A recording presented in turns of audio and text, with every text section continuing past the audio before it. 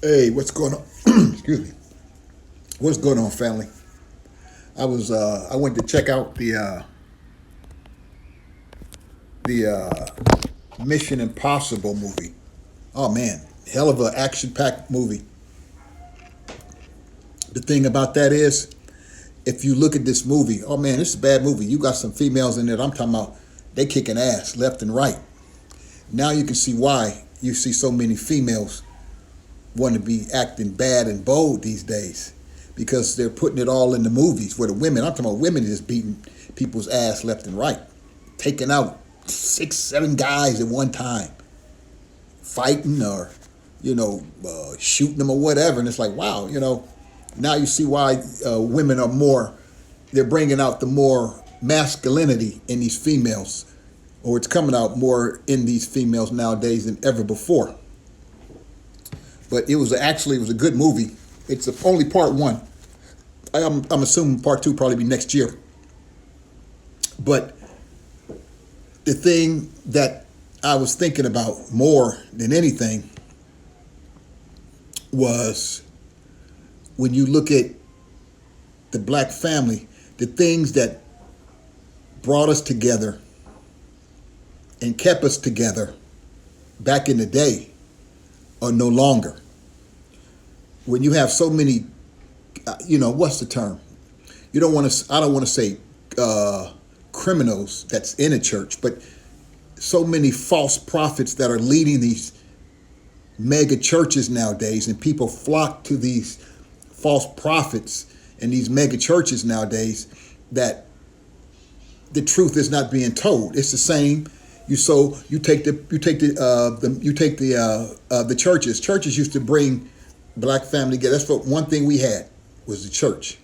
Another thing we had was what? Our music about love, rhythm and blues, even our rap music in the beginning. It told a story. Nowadays, you don't get none of that. Rhythm and blues, pretty much gone. There's some who out there sing it, but they're not singing it with that passion. Like you knew when Marvin Gaye had some kind of issues going on in his life because the way he sung his music, you knew that this brother, one, he was going to put out a hit. Two, the passion that he had. I'm talking about that passion. You don't see too much of that nowadays, especially outside of rap. You take our women, no matter what was going on with the black woman, she stuck by her man. Nowadays, she's scatting to the wind. It's like you're almost, not quite, you're almost as if the highest bidder. Here, I got this. Can you do this for me? I got this. Can you do that for me? That's what it seems like it's going. Or this new generations of women, let's say not just generation, generations of women are coming into fold with this type of behavior and attitude. I'll sleep with you. Some go through. It was one chick. They was on the street. They was filming, and a guy on his channel, and that's what he does. He was, talking to women and asking them, how many girls, how many guys they slept with. One chick said, and these not black women, not all. I'm sorry, all of them not black women. It's just a mixture on how these females are rolling these days. It was one chick. She was like, I slept with three guys in one day. Like, goddamn, three guys, raw. They went up in her raw. And they just get a kick out of it. Like, how many guys could you sleep with? How many guys could you sleep with in a day? How many guys could you sleep with in a week? How many guys can you sleep with within a year? It was one chick. She was young shit. She about 21 years old. He said she must have slept with about 200 guys. How true that is, I don't know. She said it. It ain't for me to dispute it. 200. 200. So, I don't know what's going on with these women, but Our women used to stand by a man, whether good or bad. They was there. No more. Of course, not all. You got to always say this because some fucking idiot think I'm talking about everybody. But you take our woman, you take the churches, you take our music. Those are three pillars in our community that were always strong. Remember Big Mama? When Big Mama started to fade away out the picture, because Big Mama now is what, 35, 45?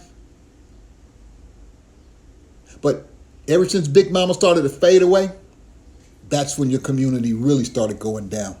You look at our communities today, and we say, "Oh yeah, we need to stick together." Yeah, well, you know what, we do. But you can put it as a rap. You're talking about generations down the road to start building on that down the road, because these generations now, they're about one thing: money, money, money, money. It didn't say power. See, this is the difference between white folks and black folks. Black folks are all about power. If you see this movie, it's about, I'm talking about the Mission Impossible movie. It's about one thing: power. Who's going to control the power of the world? They've always thought power. Black folk, you think about the meaningless of money. White folks got the power and they got the money. They got the money to buy the power. They got the power to get the money. We don't even have the money to get the power. We don't even have the money to get the money. Because see, as soon as we get it, we have already done spent it. Boom! We walk around with name brand shit that don't mean nothing to nobody but the person who's wearing it. And we think that's bringing us power. Yeah, we are a trend-setting people. But today's world is about one thing: who controls what? The power. It's not about what name brand shit you wearing. It ain't about what bullshit name brand car you might be driving. It's about power. You got people, and this is real talk. You got people out there you don't know shit about. They may dress as bummy as a homeless man and got more money than you could ever imagine. Why? Because what's important to them? It's the power. It ain't about sitting around here showing your wares. You show all your wares. You show all your value when you have no value. It's the thinking. Claude Anderson at one point used to run the only black think tank. You know what a think tank is? People who generate ideas for the good and common cause of the people. How many black think tanks do you know? Claude Anderson used to run it. I don't know if it's still in existence or not, but if it is, it's probably at a low minuscule because people were trying to destroy that. You need to check out a book, Black Labor. I said Black Labor, White Wealth by Claude Anderson. Black Labor, White Wealth. Dr. Claude Anderson. You need to check out some of these books. See, you need to engulf your mind with what's been going on. Because you take Claude Anderson's books. You take Minister Farrakhan, Elijah Muhammad, you take their books. All this, Francis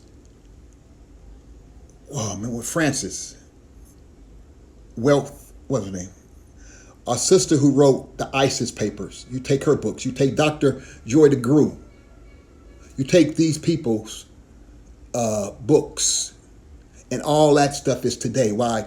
It's all about the plan of what happened 20 years ago, or what was predicted 20 years ago was happening today. Everything that they've been doing is coming to pass. The black family has been destroyed. Is it going to be able to get put back together?